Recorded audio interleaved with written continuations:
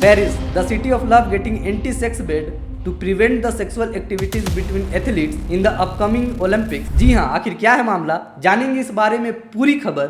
हाल ही में New York post ने एक ट्वीट किया, तब से यह खबर खूब वायरल हो चुका है। बता दें कि इस पोस्ट में लिखा गया, anti sex beds have arrived at Paris Olympics. क्या इन्हें सही में लगता है कि ये जो कुछ भी है यह सिर्फ बेड ही में किया जाता है?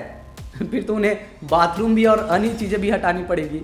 खैर यार, ये फ्रेंच वाले कितने बेवकूफ़ होते हैं। खैर वीडियो में आगे बढ़ते हैं। दोस्तों बता दें कि आखिर क्या एक्चुअल न्यूज़ है। अगर इसकी बात की जाए तो आपको बता दें कि आपको पता ही होगा कि पेरिस ओलंपिक्स 2024 में खेला जाएगा।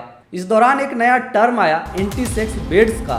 बता दें कि पेरिस में ओलंपिक खिलाड़ियों को लेकर के जो बेड्स तैयार किए जा रहे हैं वह एंटी सेक्स बेड्स है। आखिर क्या होता है, क्या इसके फीचर्स हैं, क्यों यह बनाया गया है, आइए बताते हैं पूरी बातें। दरअसल ये एयरवेव नामक एक कंपनी ने इस बेड्स की डिज़ाइन की है।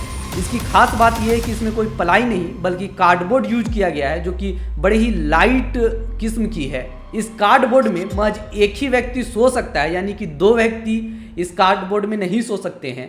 खबरों की माने तो अगर इस कार्डबोर्ड में यानी कि इस बेड में अगर कोई व्यक्ति सोता है, उसके ऊपर अगर उसका पार्टनर आ जाता है, उस स्थिति में यह बेड टूट जाएगा। यानी कि किसी भी तरह से ओलंपिक्स के कर्मचारियों द्वारा यौन संबंध को रोकने के लिए एक भरसक प्रयास है। साथ ही बता दें कि पूरे कमरे में कहीं बैठने के लिए भी खिलाड़ियों की जगह नहीं होगी, महज एक बेड ही होगा जहां पे अकेले खिलाड़ी बैठ सकते हैं, सो सकते हैं, और बाकी बेड्स में महज एक ही खिलाड़ी बैठ और सो सकते हैं। कोई भी दूसरा खिलाड़ी उस बेड पर नहीं आ सकता है, ना ही साथ में लेट सकता है, सो सकता है, बैठ सकता है। और अगर खिलाड़ी ऐसा करते हैं तो उन्हें फिर से एक नया बेड ऑर्डर करना पड़ेगा। खैर अगेन, आपको लगता है कि ऐसी स्थिति में ये करके इस तरह की चीज़ों को रोका जा सकता है? अपनी राय हमें कमेंट बॉक्स में कमेंट करके जरूर बताइएगा। लेकिन इससे पहले हम आपको बता दें कि आखिर इसकी ज़रूरत क्यों पड़ी। आपको बता दें कि थ्रू आउट द ईयर्स अभी तक ओलंपिक्स में ये हमेशा से बातें चलती आई है कि ओलंपिक्स खेलों के दौरान खिलाड़ियों की संलिप्तता जो है सो यौन संबंधों में बहुत पैमाने तक जो है सो बढ़ती जा रही थी। कई जगहों पर देखा गया था कि जैसे ही ओलंपिक्स खत्म होती थी उस जगह में, यानी कि खास करके ओलंपिक विलेज के आसपास, कॉन्डोम्स, बहुत पैमाने पर यूज्ड कॉन्डोम्स बरामद किए जाते थे। साथ ही खिलाड़ियों के खेल के दौरान शराब की लत में पार्टी के बाद कई तरह से यौन संबंधी चीज़ें देखने को मिलती थी।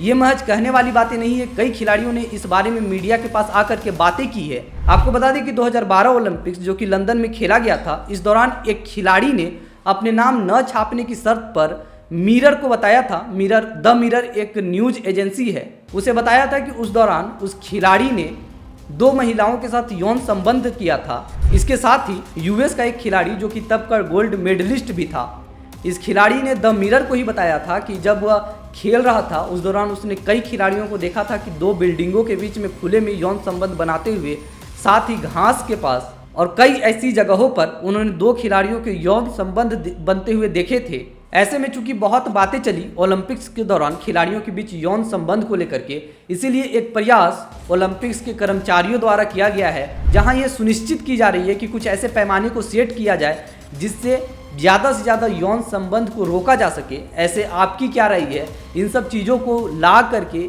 ये चीज़ें रोकी जा सकती है या नहीं? अपनी राय हमें कमेंट बॉक्स में कमेंट करके ज़रूर बताइएगा। साथ ही ऐसे ही मज़ेदार खबरों को जानने के लिए आप हमारे चैनल को सब्सक्राइब करें। इस तरह की वीडियो हम हर रोज़ लाते रहते हैं। मिलते हैं फिर एक नई वीडियो के साथ, तब तक के लिए आपसे लेते हैं विदा। धन्यवाद।